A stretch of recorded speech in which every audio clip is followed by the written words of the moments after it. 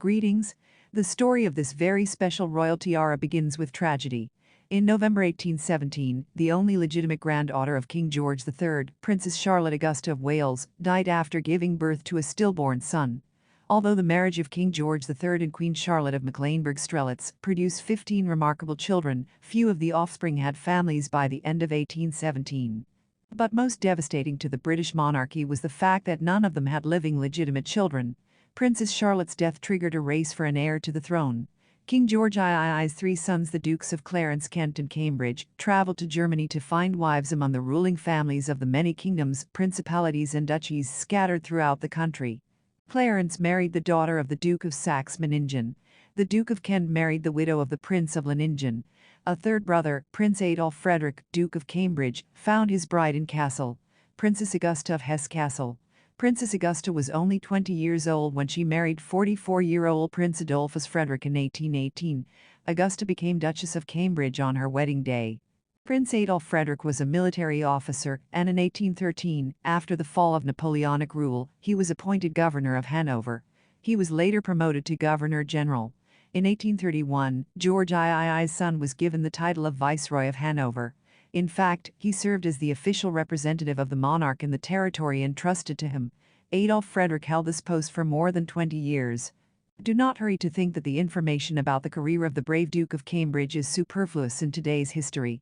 Titles and jewelry always go side by side.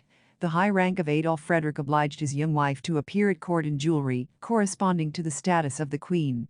It is therefore not surprising that Augusta's jewelry box was filled to the brim with precious stones, including an impressive crown, the Cambridge love knot, which will be discussed here.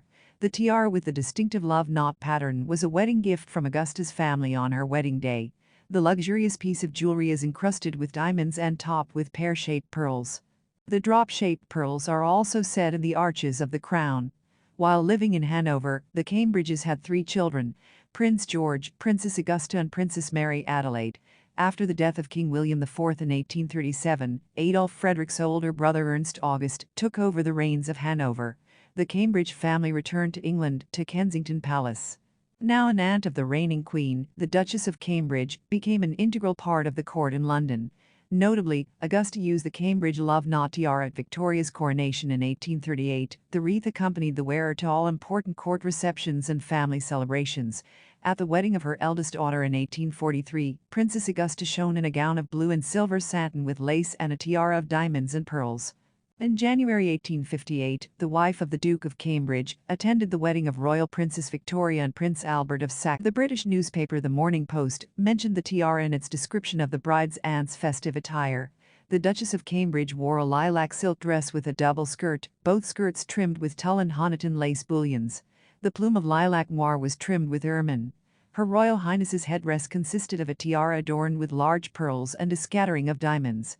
5 years later, in March 1863, the tiara accompanied the Duchess of Cambridge to the wedding of the Prince of Wales and Princess Alexandra of Denmark. The Duke of Cambridge passed away in 1850. His Duchess lived another 39 years. She passed away in 1889 at the age of 91. The Cambridge love knot tiara was inherited by their eldest daughter, Grand Duchess Augusta of Mecklenburg-Strelitz.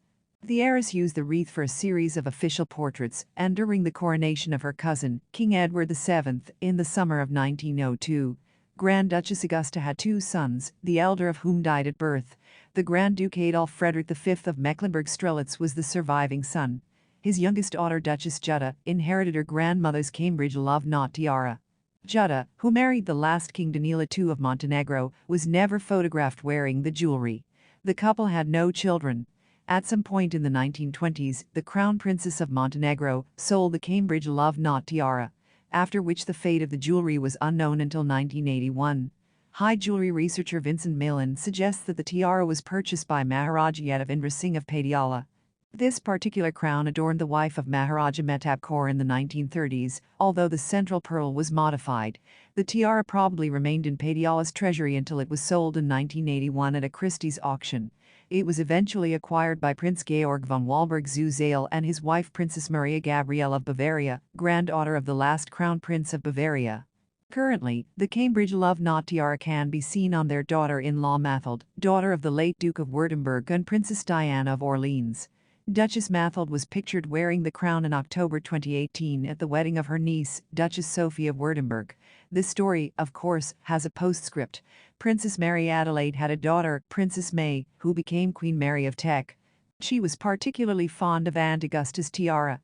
Since she, of course, could not inherit the jewelry, another way out of the situation was found.